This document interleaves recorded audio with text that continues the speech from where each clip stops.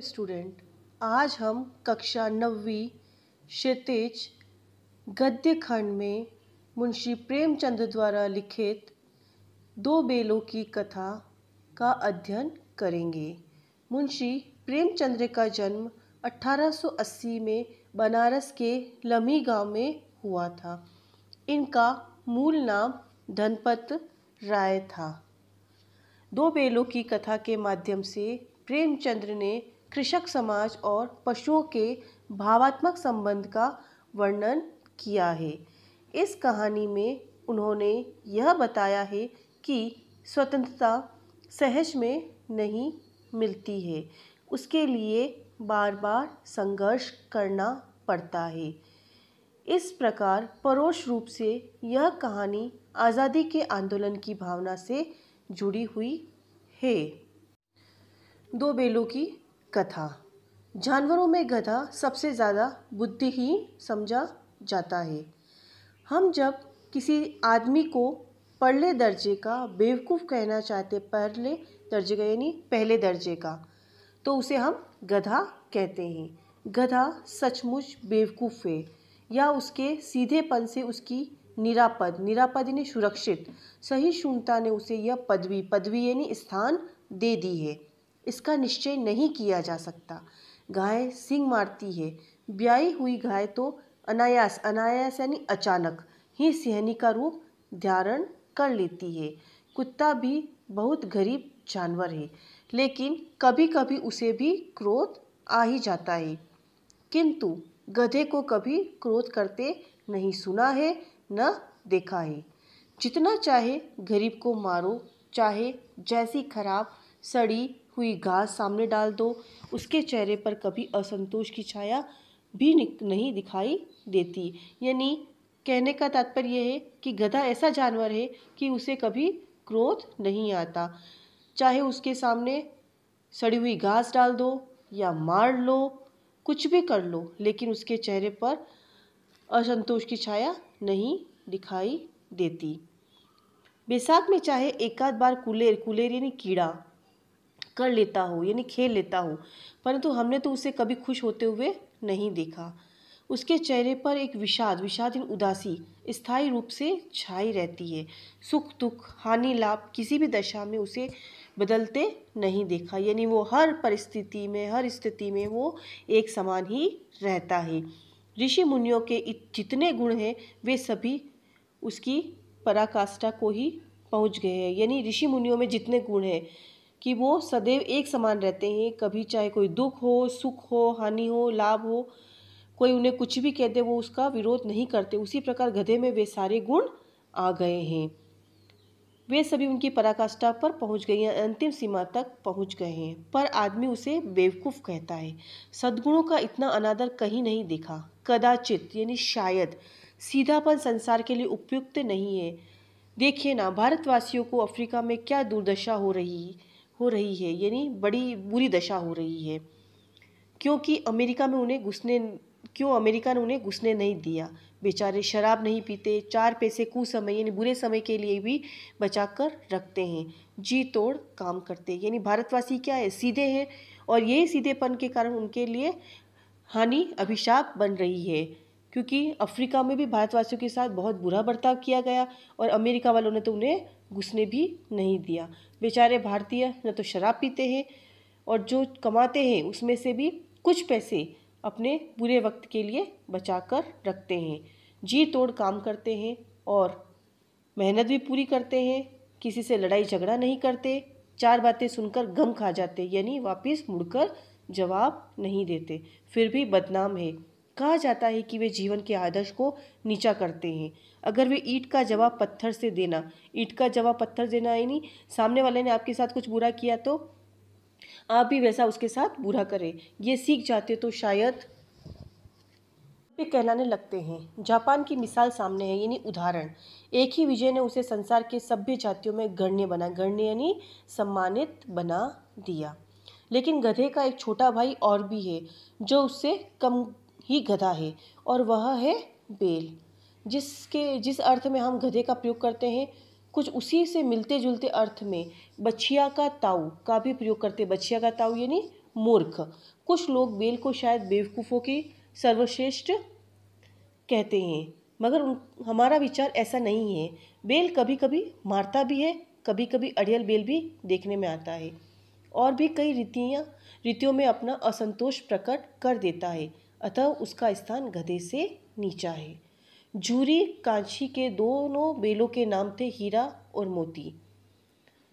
दोनों पछाई यानी पालतू पशुओं की एक नस्ल का नाम है। जाति के थे। दोनों दिखने में सुंदर, काम में चौकस, डील में ऊंचे यानी आकार, डील यानी आकार या कद। बहुत दिनों साथ साथ रहते दोनों में भाईचारा हो गया। दोनों बेल एक साथ रहते थे और दोनों में साथ रहते हुए भाईचारे का भाव हो गया।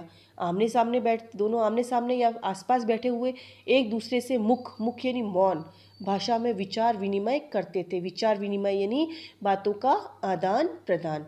एक दूसरे के मन की बात कैसे समझ जाते हम नहीं कह सकते। अवश्य उनके अंदर कोई ऐसी गुप्त शक्ति थी जिससे जीवों की श्रेष्ठता का दावा करना उचित नहीं है। दोनों एक दूसरे को चाटते और सूंघकर अपना प्रेम प्रकट करते। कभी कभी दोनों सींग भी मिला लिया करते थे, यानी वो कुछ बोल नहीं सकते थे, लेकिन पता नहीं उनके अंदर ऐसी शक्ति थी कि वो दोनों एक दूसरे की कही गई बात को आसानी से समझ लेते थे। विग्रह यानी अलगाव के नाते से नहीं, यानी वो जब सींग मिलाते थे तो किसी झगड़े के नाते नहीं, केवल विनोद के भाव यानी मजाक के भाव से, आत्मीयता के भाव से। जैसे दोनों में घनिष्ठता यानी नज़दीकी होती ही धोल धप्पा यानी स्नेहवश एक दूसरे को चपत लगाना होने लगता था। यानी दो जब मित्र होते तो क्या आपस में मजाक में क्या करते हैं, एक दूसरे को मारते हैं, तो वही इन दोनों में भी होता था। इसके बिना दोस्ती कुछ फुसफुसी, कुछ हल्की सी रहती है, जिस पर ज़्यादा विश्वास नहीं किया जा सकता। जिस वक्त ये दोनों बेल हल या गाड़ी में जोत दिए जाते और गर्दन हिला हिला कर चलते, उस वक्त एक की यही चेष्टा यानी कोशिश होती। इन बैलों को जब गाड़ी में जोता जाता या इनको कुछ काम दिया जाता तो इनकी यही कोशिश होती कि ये सबसे ज़्यादा बोझ मेरे गर्दन पर रहे, यानी सबसे ज़्यादा वज़न मैं उठाऊं। दिन भर के बाद दोपहर या संध्या को दोनों खुलते तो एक दूसरे को चाट कर अपनी थकान मिटा लिया करते। नाद में खली भूसा पड़ जाने के बाद दोनों साथ उठते। साथ नाद यानी बेलों को खाने की जगह, बेलों के जो खाना डाला जाता है खली और भूसा वो डालने की जगह, तो दोनों एक साथ मुंह डालते और एक साथ बैठते। एक मुंह हटा लेता तो दूसरा भी हटा लेता। दोनों एक जो कार्य करता वो दूसरा भी वही कार्य करता था। संयोग की बात थी, जुरू ने एक बार गोई यानी बेलों की जोड़ी को ससुराल भेज दिया। यानी जो इनके मालिक थे उन्होंने उस बेल की जोड़ी को उसके ससुराल भेज दिया। बेलों को क्या मालूम वे क्यों भेजे जा रहे, समझे मालिक ने हमें बेच दिया, और उन्होंने उसको किसी काम के लिए भेजा था, लेकिन हीरा और मोती ये समझे कि हमको मालिक ने बेच दिया। अपना यो बेचा जाना उन्हें अच्छा लगा या बुरा कौन जाने, पर जूरी के साले गया को घर तक गोई ले जाने में दांतों पसीना आ गया। यानी जो जूरी का साला था गया, वो जब बेलों की जोड़ी ले जा रहा था तो उसे बहुत परेशानी का सामना या मेहनत का कार्य करना पड़ा। पीछे से हाँकता तो दोनों दाएं बाएं भाग जाते। पगैया यानी पशु को बांधने की जो रस्सी होती है वो खींचता तो वे दोनों पीछे जोड़ लगाते। मारता तो दोनों सींग नीचे करते, हुकारते। अगर ईश्वर ने उन्हें वाणी दी होती तो जूरी से पूछते, तुम हम गरीबों को क्यों निकाल रहे हो?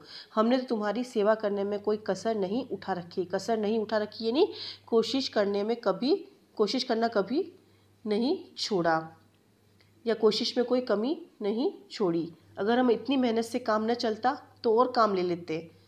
हमें तो तुम्हारी चाकरी यानी सेवा में मर जाना कबूल था, यानी स्वीकार था। यानी बेल ये सोच रहे हैं कि अगर ईश्वर ने हमें वाणी दी होती तो हम जूरी से ये अवश्य पूछते कि हमने तो सदैव तुम्हारी सेवा की है, और अगर तुम्हें वो कम लग रहा था तो तुम और मेहनत करवा लेते, लेकिन तुमने हमें बेचा क्यों?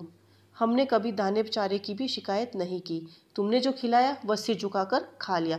फिर तुमने हमें इस जालिम के हाथों क्यों बेच दिया? जालिम यानी दुष्ट। संध्या समय दोनों बेल अपने नए स्थान पर पहुंचे। दिन भर के भूखे थे, लेकिन जब नान में लगाए गए तो एक ने भी उसमें मुंह न डाला। दिल भारी हो रहा था, यानी भावुक हो रहा था। जिसे उन्होंने अपना घर समझा वह आज उनसे छूट गया। और नया घर, नया गांव, नए आदमी उन्हें बेगानों से लगने लगे, पराये लगने। ये इतने बरस वो वहाँ रहे थे और आज वहाँ से ये दूसरे घर आए हैं, तो ये सब लोग उन्हें अपने पराये की तरह लग रहे हैं। दोनों ने अपनी मुख भाषा में सलाह की, एक दूसरे को कनखियों से देखा। कनखियों यानी चोर आंखों से देखना, और लेट गए।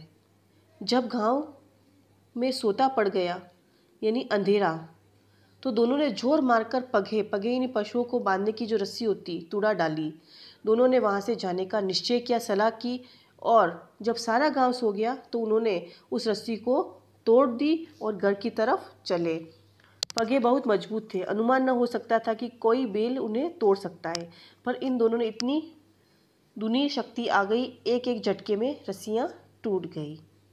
झूरी प्रातःकाल सोकर उठा तो देखा दोनों बैल चरनी पर खड़े हैं। चरनी यानी चारे चढ़ने की जगह। दोनों की गर्दनों में आधा आधा घराव यानी जो रस्सी थी, जो वो बलपूर्वक वहाँ से टूटने के बाद जो बच गई थी, उसको वो लटक रही है।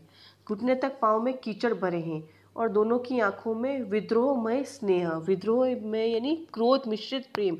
यानी एक तरफ तो उसे गुस्सा भी आ रहा था कि उसने इतने दुष्ट व्यक्ति के हाथों उसको भेज दिया, और दूसरी तरफ प्रेम यानी जो झूरी उनसे प्रेम करता था, यानी क्रोध मिश्रित प्रेम झलक रहा था। झूरी बेलों को देखकर स्नेह से गदगद हो गया। गदगद होना यानी खुश हो गया। दौड़कर उनको गले लगा दिया। प्रेमालिंगन यानी प्यार से गले लगाना, और चुम्बन का वह दृश्य बड़ा ही मनोहर था, यानी मन भावन या मन को अच्छा लगने वाला था। घर और गांव के लड़के जमा हो गए, तालियां बजा बजा कर उनका स्वागत करने लगे। गांव के इतिहास में यह घटना अभूतपूर्व, जो पहले कभी नहीं हुई थी, न होने पर भी महत्वपूर्ण थी। बाल सभा में निश्चय किया कि दोनों पशु वीर को अभिनंदन पत्र यानी सम्मान पत्र देना चाहिए। कोई अपने घर से रोटियां लाया, कोई गुड़, कोई चोकर और कोई भूसी लाया। एक बालक ने कहा, ऐसे बैल किसी के पास नहीं होंगे। दूसरे ने समर्थन किया, इतनी दूर से कोई अकेले चले आए। तीसरा बोला, बैल नहीं, ये तो उस जन्म के आदमी हैं। इसका प्रतिवाद यानी विरोध करने का किसी में साहस न हुआ। जुरू की स्थिति ने बैलों को द्वार पर देखा तो जल उठी। बोली, कैसे नमक हराम बेल है। नमक हरामी ने मालिक के उपकार को बुला देना कि एक दिन वहाँ काम न किया और भाग खड़े हुए। जूरी ने अपने बेलों का पर यह आक्षेप न सुन सका। नमक हराम क्यों है? चारा दाना न दिया होगा तो क्या करते? स्त्री ने रोब अभिमान के साथ कहा, बस तुम ही तो बेलों के खिलाना जानते हो, और तो सभी पानी पिला पिला कर ही रखते हैं। जूरी ने चिढ़ाया, चारा मिलता तो क्यों भागते? स्त्री चिड़ी भाव इसलिए कि वे लोग तुम जैसे बुद्धुओं की तरह बेलों को सहलाते नहीं, खिलाते हैं तो रगड़ कर जोतते भी हैं। यानी दोनों पति पत्नी में झगड़ा होने लगा। ये दोनों ठहरे कामचोर, भाग निकले। अब देखूं कहाँ से खली और चोकर मिलता है। सूखे भूसे के सिवा कुछ न दूंगी, खाए या चाहे मरे। वही हुआ। मजूर को कड़ी ताकीदीनी आदेश कर दिए गए, बेलों को खाली सूखा भूसा ही दिया जाए। यानी जो नौकर थे उनको आदेश दिया गया कि इनको केवल सूखा भूसा ही दिया जाए। बेलों ने ना मुँह डाला तो फीका फीका, न कोई चिकनाहट न कोई रस। क्या खाएं? आशा भरी आंखों से द्वार की ओर ताकने लगे। जूरी ने मंजूरी से कहा, थोड़ी सी खली क्यों नहीं डाल देता बे? मालकिन मुझे मार ही डालेगी। चुरा कर डाला न दादा, पीछे से तुम भी उन्हीं की सी कहोगे। दूसरे दिन जूरी का साला फिर आ गया और बेलों को ले चला। अब के उसने दोनों को गाड़ी में जोता। 2-4 बार मोती ने गाड़ी को सड़क में खाई में गिराना चाहा, पर हिना ने संभाल लिया। वह ज़्यादा सहनशील था। संध्या समय घर पहुंचकर उसने दोनों को मोटी रस्सियों से बांधा। कल की शरारत का मज़ा चखाया, फिर वही सूखा भूसा डाल दिया। अपने दोनों बेलों को खली चुनी, सब कुछ दी। यानी अब जूरी का जो साला था वो आ गया और वो फिर उन बेलों को लेकर अपने घर आ गया और खाने में उनको सूखा भूसा दिया। दोनों बेलों को ऐसा अपमान कभी नहीं हुआ। जूरी ने उन्हें फूल की जड़ी से भी न छूता था। यानी जो उनके पहले मालिक था जूरी, वो कभी उनको नहीं मारता था, लेकिन जो इसका साला था उसने इन बेलों का बहुत अपमान किया, उनको बहुत मारा। उसकी टिटकार, टिटकार यानी पशु को उत्साहित करने वाली टिक टिक पर दोनों उड़ने लगते थे, यानी झूरी उनको इतना प्रेम से रखता था। यहाँ मार पड़ी। आहत सम्मान, आहत सम्मान यानी चोट खाया हुआ सम्मान। की व्यथा, व्यथा दुख तो था ही, उस पर मिला सूखा भूसा। यानी इतना अपमान करने के बाद, इतना मारने के बाद, इतना दुख देने के बाद केवल उनको खाने के लिए सूखा भूसा दिया गया। नाद की तरफ आंखें तक नहीं उठाई, आंखें तक नहीं उठाई, आंखों से नहीं देखा उन्होंने उस खाने को। दूसरे दिन गया ने बेलों को हल में जोता, पर इन दोनों ने जैसे पाँव न उठाने की कसम खा रखी है। वह मारते मारते थक गया, पर दोनों ने पाँव नहीं उठाया। एक बार जब उस निर्दयी ने हीरा की नाक में खूब डंडे जमाए तो मोती गुस्सा काबू से बाहर हो गया, हल लेकर भागा। हल, रस्सी, जुआ, जोत सब टूट टाट कर बराबर हो गए। गले में बड़ी बड़ी रस्सियाँ न होती तो दोनों पकड़ाई में न आते। यानी झूरी का जो साला था, उसने उस हीरा को बहुत मारा और इससे मोती को बहुत गुस्सा आया। उसने उसके जितने भी हल, रस्सी, जो भी खेत जोतने का सामान था वो सब तोड़ दिए। हीरा ने मुख भाषा में कहा, भागना व्यर्थ है। मोती ने उत्तर, तुम्हारे तो इससे जान ही ले ली थी, अब की बड़ी मार पड़ेगी, पड़ने दो। बेल को जन्म लिया है तो मार से कहाँ तक बचेंगे। गया तो आदमियों के साथ दौड़ा आ रहा है, दोनों के हाथों में लाठियाँ। यानी अब गया क्या है, अपने गांव के लोगों को लेकर आ रहे हैं और सबके हाथों में क्या है, लाठियाँ हैं। यानी अब वो इस जान गए थे कि अब यहाँ से हम भागना हमारे लिए मुश्किल है। मोती बोला, कहो तो दिखा दूँ कुछ मज़ा, में भी लाठी लेकर आ रहा है। हीरा ने समझा, नहीं भाई खड़े हो जाओ, मुझे मारेगा तो मैं भी एक दो को गिरा दूंगा। नहीं, हमारी जाति का यह धर्म नहीं है। मोती दिल में ऐंठ कर रह गया। गया आ पहुंचा और दोनों को पकड़कर ले चला। कुशल हुई कि उसने इस वक्त मारपीट नहीं की, नहीं तो मोती भी पलट पड़ता। उसके तेवर यानी आक्रामक अंदाज देख गया था और वह सहायक समझ गए कि इस वक्त टाल जाना ही मसलत है, यानी हितकर है। यानी वो समझ गया था, क्योंकि बेल भी क्या थे, गुस्से से भरे हुए थे। अगर उसको मारा जाता या बेलों को मारते तो वो भी क्या थे, पलट कर जवाब दे सकते थे। इसलिए उन्होंने उनको नहीं मारा। आज दोनों के सामने फिर वही सूखा भूसा लाया गया। दोनों चुपचाप खड़े रहे। घर के लोग भोजन करने लगे। उस वक्त एक छोटी सी लड़की 2 रोटी लिए निकली और दोनों के मुंह में देकर चली गई। उस एक रोटी में इनकी भूख तो क्या शांत होती, पर दोनों के हृदय में मानो भोजन मिल गया है। यहाँ भी किसी सज्जन का वास है। लड़की भैरों की थी, उसकी माँ मर चुकी थी और सौतेली माँ उसे मारती थी, इसलिए वह इन बेलों को उस एक प्रकार की आत्मीयता ही लगा हो गया। यानी जहाँ इन बेलों को इतना मारा जा रहा था, वहीं एक छोटी लड़की द्वारा इन्हें जब 2 रोटी दी गई, यानी एक एक रोटी दोनों को दी गई, तो इनकी भूख तो शांत नहीं हुई, लेकिन इनको वो आत्मीयता यानी प्रेम महसूस हुआ कि, और उन्होंने सोचा कि इस घर में इतनी सज्जन लड़की भी रहती है। लेकिन उस लड़की की उन बेलों के प्रति एक लगाव सा हो गया था। दोनों दिन भर जोते जाते, डंडे खाते, अड़ते, शाम को थान यानी पशुओं को जो बांधने की जगह होती वहाँ बांध दिए जाते और रात को वही बालिका उन्हें 2 रोटियाँ खिला जाती।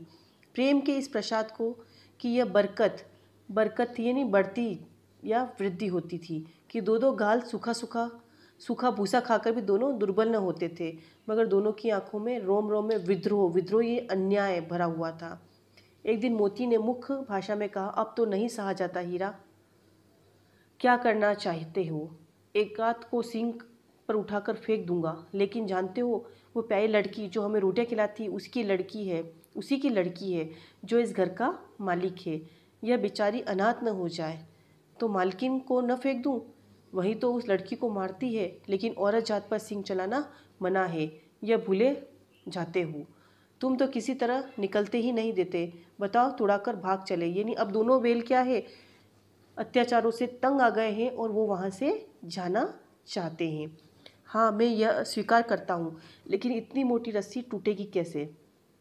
इसका एक उपाय, पहले रस्सी को थोड़ा थोड़ा चबा लो, फिर एक झटके में जाती है। यानी अगर हम इस रस्सी को चबा लेंगे तो ये क्या होगा, बाद में एक झटके से टूट जाएगी। रात को जब ये बालिका रोटियां खिलाकर चली गई तो दोनों रस्सियां चबाने लगे, पर मोटी रस्सी मुंह में न आती। बेचारे बार बार जोर लगाकर रह जाते। सहसा घर का द्वार खुला और वही लड़की निकली। दोनों सिर झुकाकर उसका हाथ चाटने लगे। दोनों की पूंछ खड़ी हो गई। उसने उसके माथे सहलाया और बोली, खोल देती हूँ, चुपके से भाग जाओ, नहीं तो यहाँ के लोग मार डालेंगे।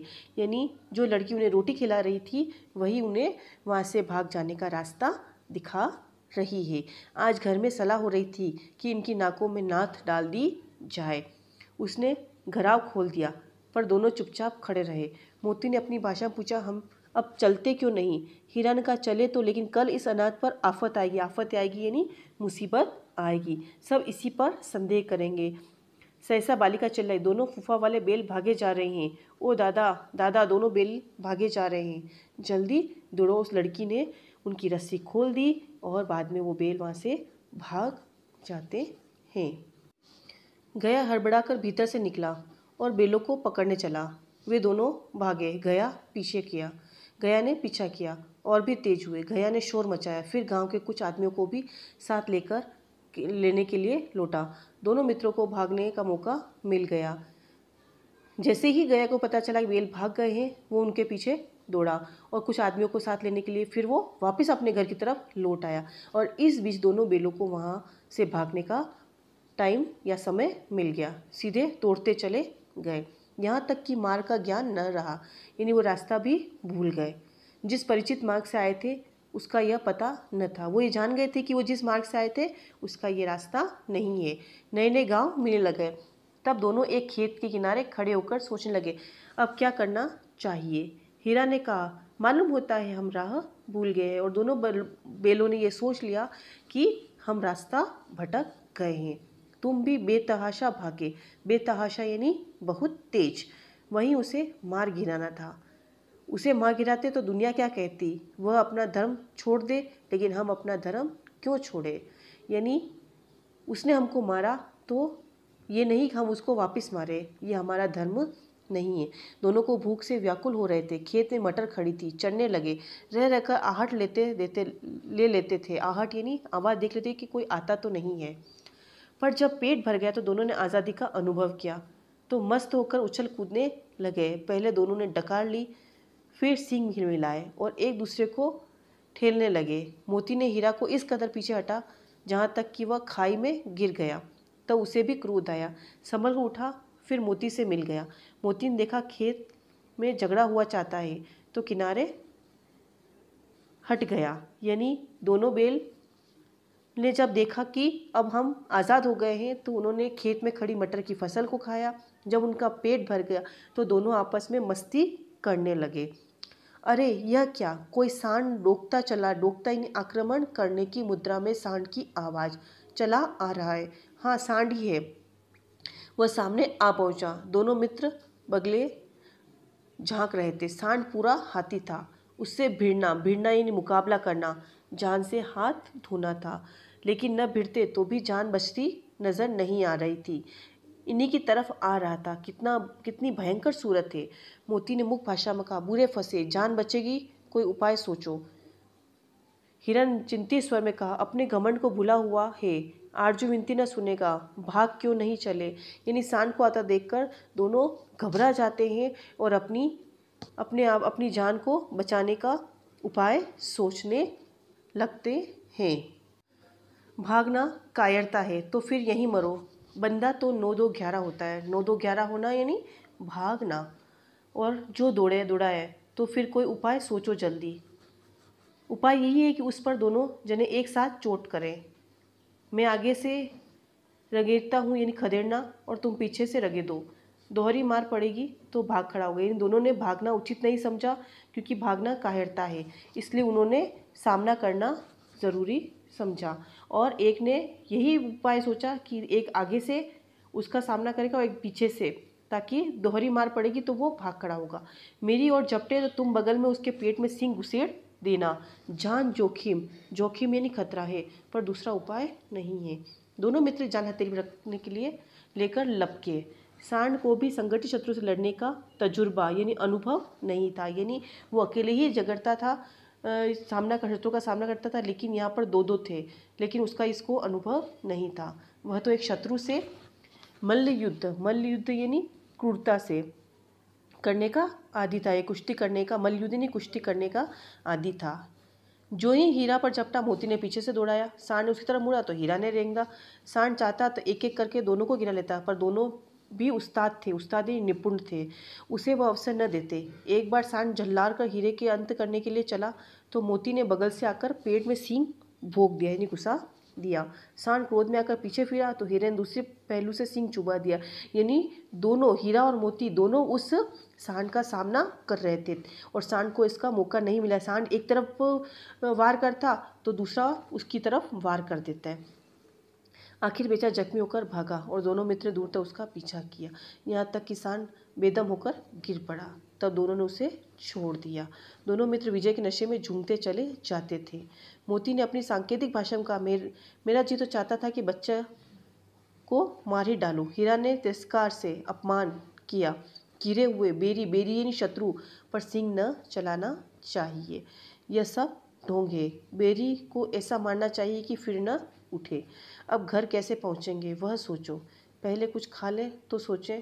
सामने मटर का खेत था ही, मोती उसमें घुस गया। हीरा मना करता रहा पर उसने एक न सुनी। अभी 2 ही 4 ग्रास खाए थे यानी निवाले खाए थे कि 2 आदमी लाठियों के लिए दौड़ पड़े, दोनों मित्रों को घेर लिया। हीरा तो मेड़ पर था, मेड़ यानी खेत के चारों ओर खड़ी मिट्टी की दीवार पर था, निकल गया। मोती सींचे हुए खेत में था, उसके खुर कीचड़ में दसन लगे, न भाग सका, पकड़ लिया। हीरे ने देखा संगी यानी साथी संकट में है, यानी एक मित्र हीरा तो बाहर चला गया और मोती दूसरे खेत में जहाँ पानी से भरा हुआ था उसके पैर कीचड़ में धंस गए और बाद में वो पकड़ा गया तो लौट पड़ा। फंसते तो दोनों फंसेंगे, रखवाले ने उसे भी पकड़ लिया, यानी एक साथी तो पकड़ा गया तो दूसरा भी सामने से उनके हाथों पकड़ लिया गया। प्रातःकाल दोनों मित्र कांजी होज में बंद, कांजी होज यानी जहाँ मवेशी को बंद रखा जाता है, उनको भी वहाँ बंद कर दिया गया। दोनों मित्रों का जीवन पहली बार ऐसा साबिका यानी वास्ता पड़ा कि सारा दिन बीत गया, खाने को एक तिनका भी नहीं मिला। समझ में नहीं आता था यह कैसा स्वामी है, इससे तो गया फिर भी अच्छा था। यहाँ कई भैंसें थी, कई बकरियाँ, कई घोड़े, कई गधे, पर किसी के सामने चारा न था। सब जमीन पर मुर्दों की तरह पड़े थे, कई तो कमज़ोर हो गए थे और खड़े भी नहीं हो सक रहे थे। सारा दिन दोनों मित्र फाटक की ओर टकटकी लगाए ताकते रहे, पर कोई चारा लेकर आता दिखाई नहीं दिया। तब दोनों ने दीवार की नमकीन मिट्टी चाटनी शुरू की और इससे भी क्या तृप्ति होती यानी संतोष होता। कांजी होज उन पशुओं को रखा जाता है जो गलती से किसी मालिक के खेतों में घुस जाती और उनकी फसल को नष्ट कर जाती, तो उस खेत का मालिक इन जानवरों को अपने यहाँ रख लेता और जब इन जानवरों का मालिक इनको लेने के लिए आता तो उनसे हर्जाना लेकर उनको छोड़ देता। तो इस तरह उसके स्वामी की यहाँ भी बहुत सी भैंसें, बकरियाँ, घोड़े, गधे थे जिनको उन्होंने पकड़ रखा था। न तो उनको कुछ खाने के लिए दिया जाता और वो कमज़ोर खड़े थे, किसी से तो खड़ा भी नहीं रहा जा रहा था। जब हीरा और मोती को कुछ खाने के लिए नहीं मिला तो वो जो दीवार थी उसकी मिट्टी को चाटने लगे और उसी में संतोष प्राप्त कर रहे थे। रात को भी जब कुछ भोजन न मिला तो हीरा के दिल में विद्रोह की ज्वाला दहक उठी। मोती बोला, अब तो नहीं रहा जाता। मोती ने फिर से लटका जवाब दिया, मुझे तो मालूम होता है प्राण निकल रहे हैं, इतनी जल्द हिम्मत न हारो भाई, यहाँ से भागने का कोई उपाय निकालना चाहिए। आओ दीवार तोड़ डाले, मुझसे तो अब कुछ भी नहीं होगा। और दोनों ने निश्चय किया कि हम लोग यहाँ से भाग जाएंगे और दीवार तोड़ने का निश्चय किया, लेकिन वो इसके लिए भी तैयार नहीं था। बस इसी बूते पर अकड़ते थे। सारी अकड़ निकल गई। बाड़े की दीवार कच्ची थी, हीरा मजबूत तो था ही, उसे नुकीले सींग दीवार में गड़ा दिए और जोर मारा तो मिट्टी की का एक चिप्पड़ निकल आया। फिर तो उसका साहस बढ़ा, यानी हीरा बार बार उस पर चोट करने लगा। दीवार पर चोट की और हर चोट में थोड़ी थोड़ी मिट्टी गिरने लगी। उसी समय कांजी होज का चौकीदार लालटेन लेकर जानवरों की हाजिरी लेने आ निकला। हीरा का उजड़पन शराब देकर उसने उसे कई डंडे रसीद किए यानी मारे और मोटी सी रस्सी बांध दिया। मोती ने पड़े पड़े कहा, आखिर मार खाई क्या मिला, अपने बूते भर जोर तो मारा दिया। ऐसा जोर मारना किस काम का कि और बंधन में पड़ गए। यानी मोती ने उसे मना किया था कि तुम इस तरह मत करो, लेकिन हीरा नहीं माना और उसने दीवार तोड़ने का प्रयास किया और अंत में उसे मार मिली और उसे और अधिक मोटी रस्सी से बांध दिया गया। ऐसा जोर मारना फिर किस काम का कि बंधन पड़े। जोर तो मारना ही जाऊंगा, चाहे कितना ही बंधन पड़ते जाए, जान से हाथ धोना पड़ेगा, कुछ परवाह नहीं, यानी चिंता नहीं। यो भी तो मरना ही है। सोचो, दीवार खुद जाती तो कितना जान बच जाती। इतने भाई यहाँ बंद है, किसी की देह में जान नहीं, यानी शरीर में जान भी नहीं है। 2-4 दिन और यही हाल रहा तो सब मर जाएंगे। यानी कांजी हौज का जो मालिक था, इन यहाँ पर जो बंद जानवर थे उनको खाने के लिए कुछ नहीं दे रहा था, तो वो लोग वैसे भी मरे के समान ही हो रहे थे। हाँ, यह बात तो है। अच्छा तो ला, फिर मैं भी जोर लगाता हूँ। मोती ने भी दीवार को उसी जगह सींग मारा। थोड़ी सी दीवार मिट्टी गिरी और फिर हिम्मत बढ़ी और अंत में जब मोती ने सोचा कि मरना तो वैसे ही है तो कुछ करके मरे, तो उसने भी दीवार को सींग मारा और इस तरह दीवार गिरने लगी। और जैसे दीवार गिरी उनकी हिम्मत और बढ़ती गई। फिर तो वह दीवार पर सींग लगाकर इस तरह जोर लगाने लगा मानो किसी प्रतिद्वंदी यानी प्रतियोगी से लड़ रहा हो। आखिर कोई 2 घंटे की जोर आजमाई के बाद दीवार ऊपर से लगभग 1 हाथ गिर गई। उसने दूनी शक्ति से दूसरा धक्का मारा तो आधी दीवार गिर गई। यानी दोनों जोर लगाते रहे और धीरे धीरे कर दीवार थोड़ी थोड़ी गिरने लगी। दीवार का गिरना था कि अधमरे से पड़े हुए सभी जानवर चेत उड़े और जैसे ही दीवार गिरी, जो जानवर बेहोश की भांति पड़े हुए थे उनमें जान आ गई। तीनों घोड़ियाँ सरपट यानी तेजी से भाग निकली। फिर बकरियाँ निकली, इसके बाद भैंसे निकले।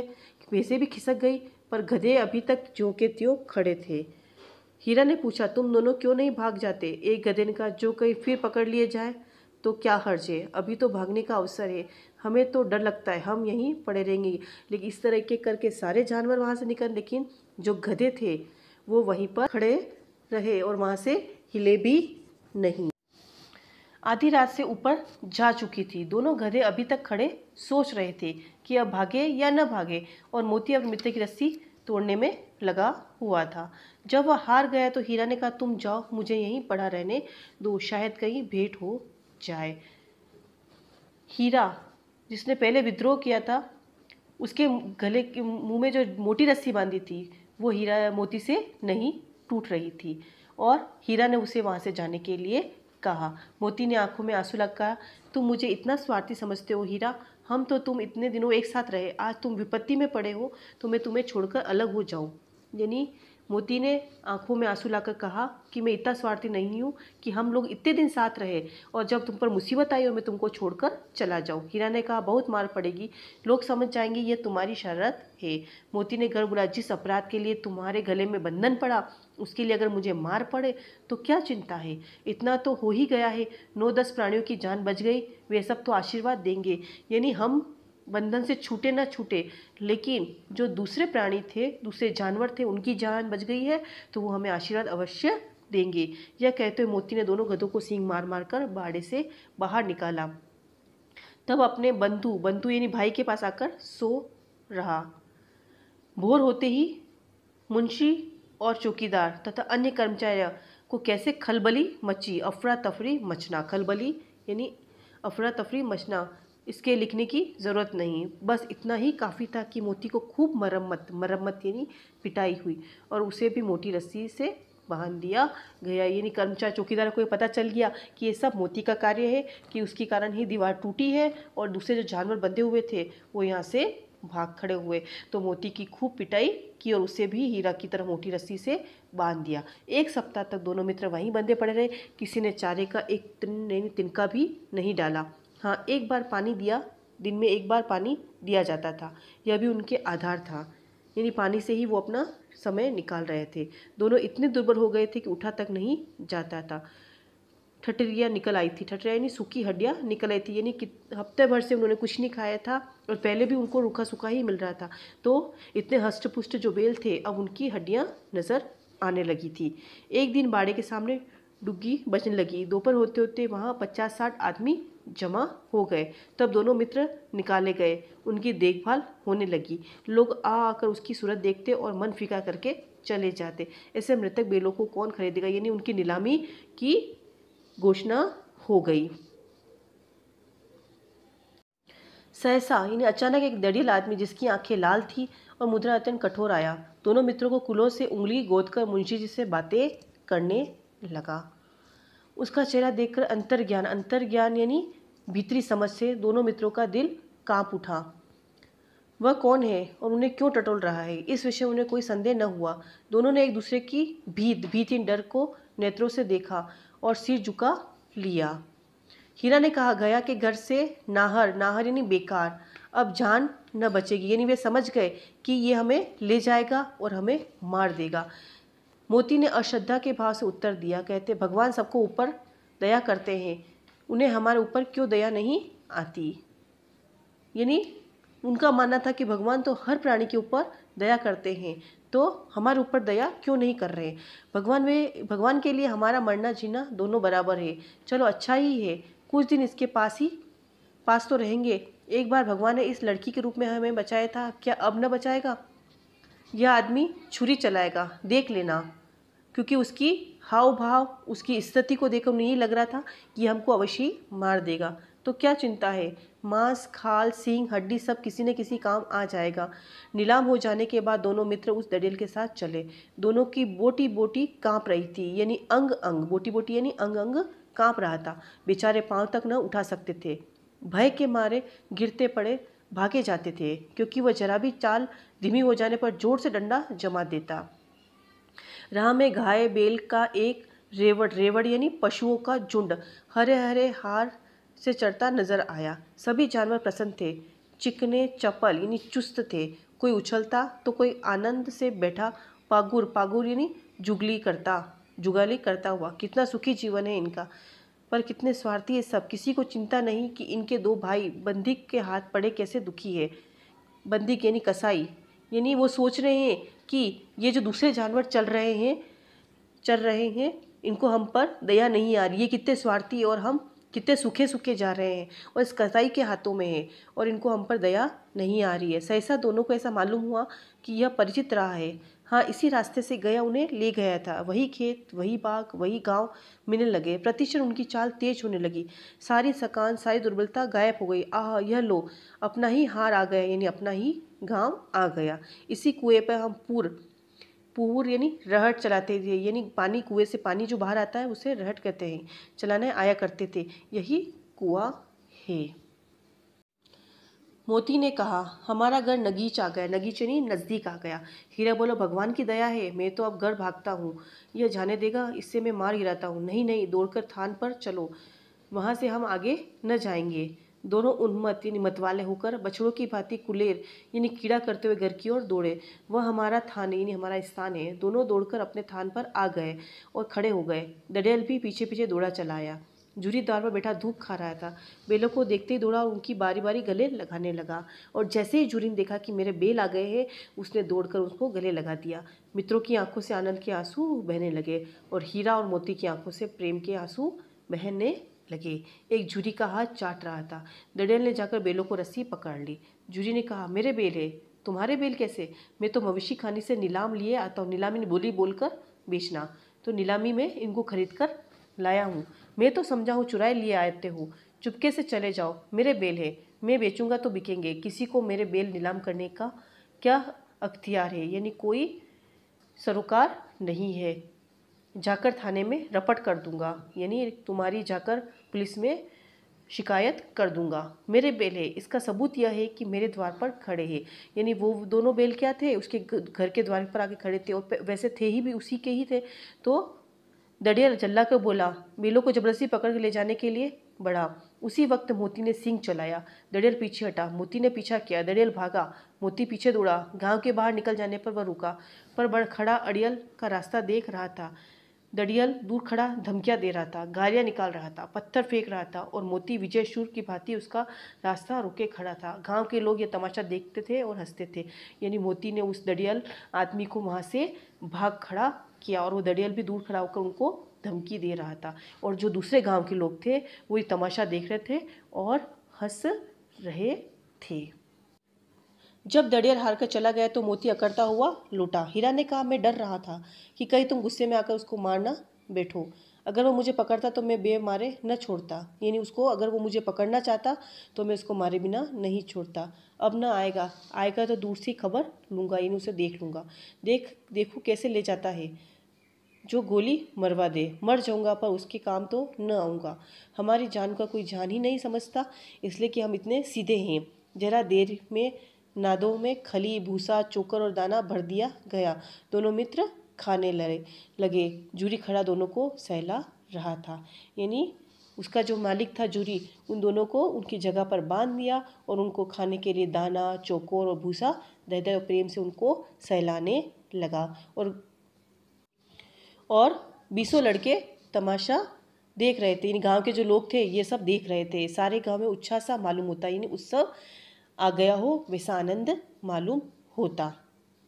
और उसी समय मालकिन ने आकर दोनों के माथे चूम लिए। यानी जूरी की जो पत्नी थी उन्होंने आकर उन दोनों बेलों के माथे चूमे और इस तरह दोनों बेल अपने घर आ गए। इस कहानी को आप समझते हुए इन प्रश्नों के उत्तर अपनी कॉपी में लिखें। प्रश्न 1, कांजूज में कैद पशु की हाजिरी क्यों ली जाती है। प्रश्न नंबर 2, छोटी बच्ची का बेलों के प्रति प्रेम क्यों उमड़ आया। 3, किन घटनाओं से पता चलता है कि हीरा और मोती की गहरी दोस्ती थी।